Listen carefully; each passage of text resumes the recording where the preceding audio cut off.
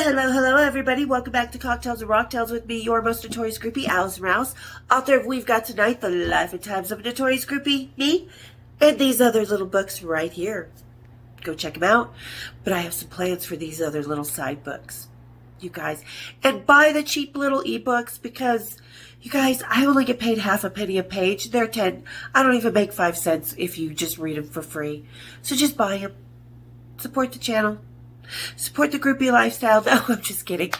But anyway, hope you guys enjoy everything. And thank you guys really, truly, because you guys have been such amazing supports. I love the sisterhood and brotherhood of the community that we're building here and that is growing. And want to welcome the new members to it. You guys are part of all this. And I just can't tell you how awesome that is. And you know what's awesome, you guys? Our subject today. It's going to get a little controversial because we're going to talk about rock stars and groupies, but in a way that nobody's ever really kind of talked about it before. They have a tiny bit when it comes to the baby groupies from LA, but not really has anybody ever taken on this perspective. So we are going to talk about, are the rock stars a groupie's groupie? I think so. Of course I do. And because I am finishing this off from the last one, we are going to have a screwdriver. Because, you know, we get screwed sometimes. And it's a good thing. All right. So everybody, kick up your feet, grab your screwdrivers. Let's have a little cocktail and rocktail, shall we? Cheers, big ears. And Sophia will be back soon. I just had to send her to Shady Pines. She's just crazy. She'd be kind of slutty. Anyway. All right. Cheers, big ears. Okay, so like I said, today's subject is a good one because people never think about it like this. The rock stars are the groupies. And we'll start this off with the obvious because back in the day, Star Magazine had, and it wasn't the tabloid that's named Star now, Star had a thing about young girls dressing up as groupie, putting makeup on them, taking pictures for publicity, keep that in mind, with girls that they coined as groupies, which a lot of them did become groupies because they were around these guys. They were adored. They were sought after. And that's the key word, sought after. Because the rock stars would get a hold of the Star magazine and they would look through. And they'd be like, ooh, I want this one. I want this one. Pretty much like us groupies were doing with Rolling Stone or Metal Sludge or not Metal Sludge, Metal Edge.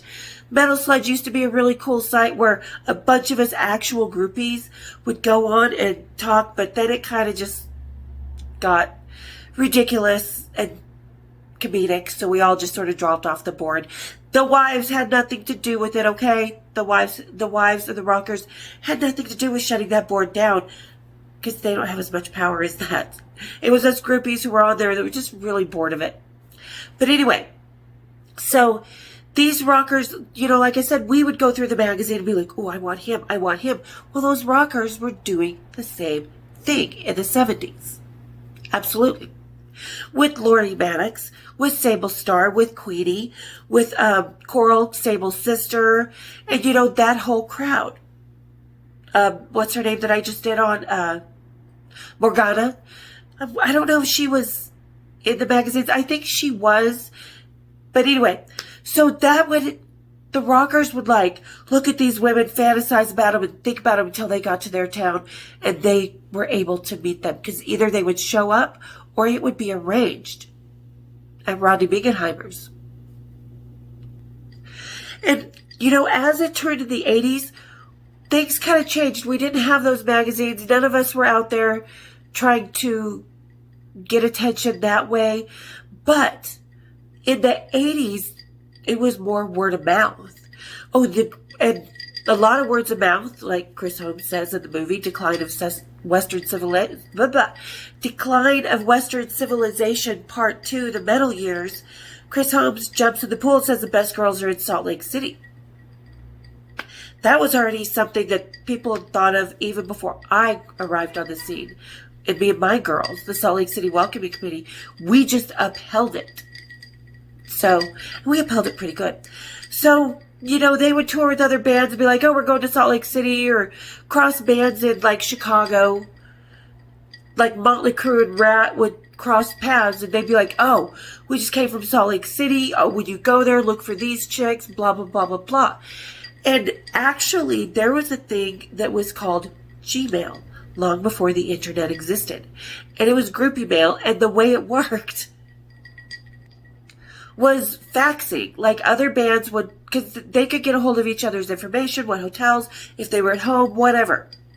And they would fax our names and other groupie names from different cities, the best groupie out of each city. They would fax, these are the girls you're looking for, here's so-and-so's number, what are their numbers? They'll be able to take care of you, blah, blah, blah, blah, blah. So there was more of a word of mouth. And that was still happening. And it doesn't go on like today like it used to. Like, yeah, I don't think it goes on today at all. Like, I don't think the rock stars are the groupies today. But the 70s and 80s absolutely definitely were. You know, like I said, with Lori Maddox, Sable Star, because they were the ones that were put out there in those magazines. Their LA predecessors were not. They just were there for the photo ops to make the rock stars look, you know, more appealing. But yeah, I mean, and like I said, with Baby Buell, with us in Salt Lake City, with Detroit, we know who was there. We know who was in Houston or in Nashville. They would all know, and they would be looking for us. Like, there was times we would go to hang out with a band that we had not hung out with before, and they would be like, oh my God, are you the Salt Lake City Sisters? Are you the welcoming committee? Did we just meet the welcoming committee? And they get all excited, like Slaughter and this band Junkyard and a lot of other bands. Even Motley Crue knew who we were after, you know. It's like they all knew who the good groupies were. So what are those called? A groupie, right? I guess, I don't know what to call them, a groupie's groupie. But rock stars 100%. In the 70s and my time, they knew where all those good girls were. They knew how to get a hold of them. They even, like, we would even have pictures.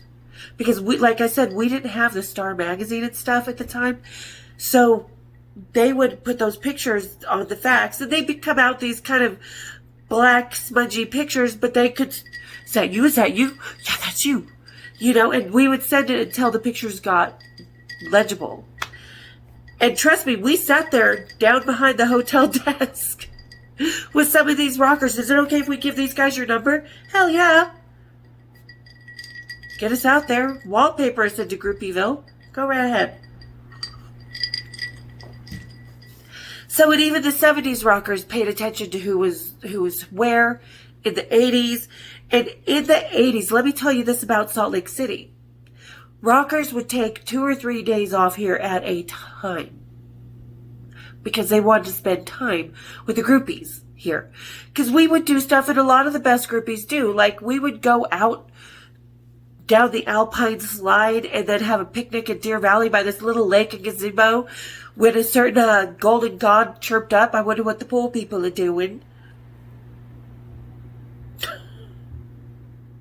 And he didn't mean by money. He meant the poor sods who were not enjoying this beautiful day, being able to have the freedom that he did.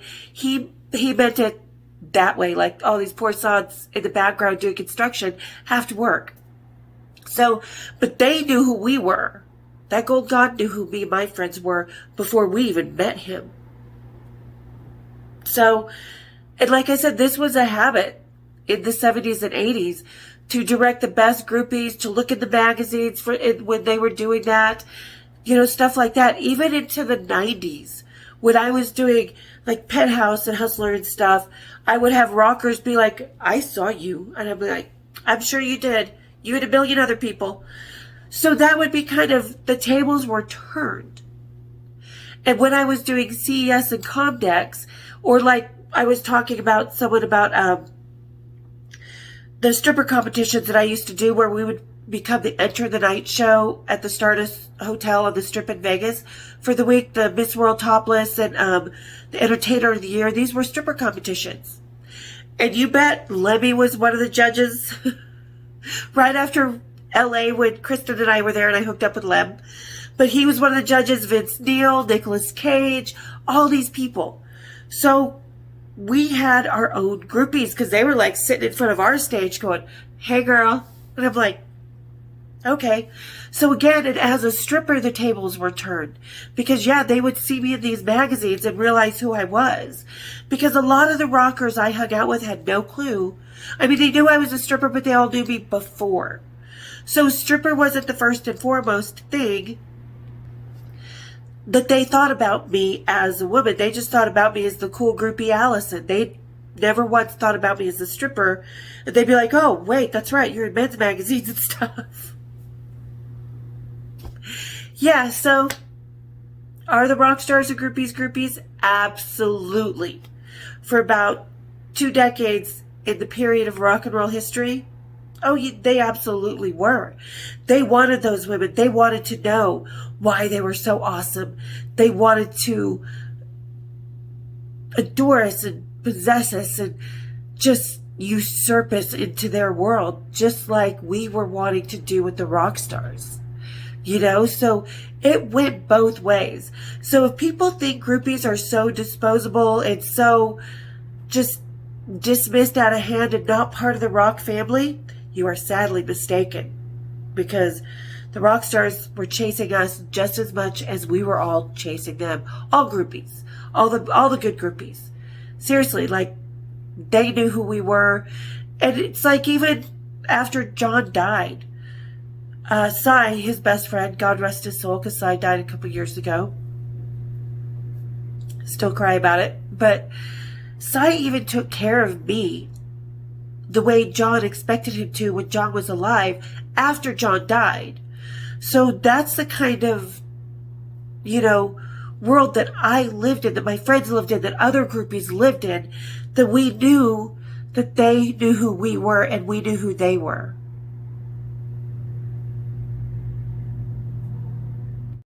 Okay, sorry about that, guys. I got some weird phone call because I'm recording on my phone and got a phone call from, anyway, that I had to take.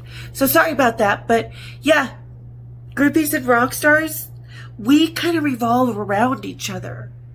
We kind of know that we exist and where we exist and who each other are, because we are part of this satellite world together. So of course rock stars are groupies groupie. Tell me what you think down in the comments. Can't wait to hear from you other 80s groupies, because you know. They knew where to find us. They knew when we would be there. They knew who we were, just the same as them. We knew who they were and where they were going to be. So it was always mutual. But all right, guys, thanks again for everybody tuning in, for all the new people here. You guys are awesome. And like I said, I can never thank you enough, but I do have a lot of cool things coming up beginning next month that I'm going to start doing to say thank you to everybody. So stay tuned. And you guys, you can't have those thanks unless you are subscribed or a member on either here or Patreon. So join us, guys. We've got an awesome community here of really, really amazing sisterhood and brotherhood of rock and roll, just like the old days. And we all know who each other are. We're each other's groupies here. All right, guys. Again, thank you so much. Don't forget to hit the subscribe, hit the share, and hit my bells. And we'll see you on Cocktails and Rocktails next time. Cheers, big ears.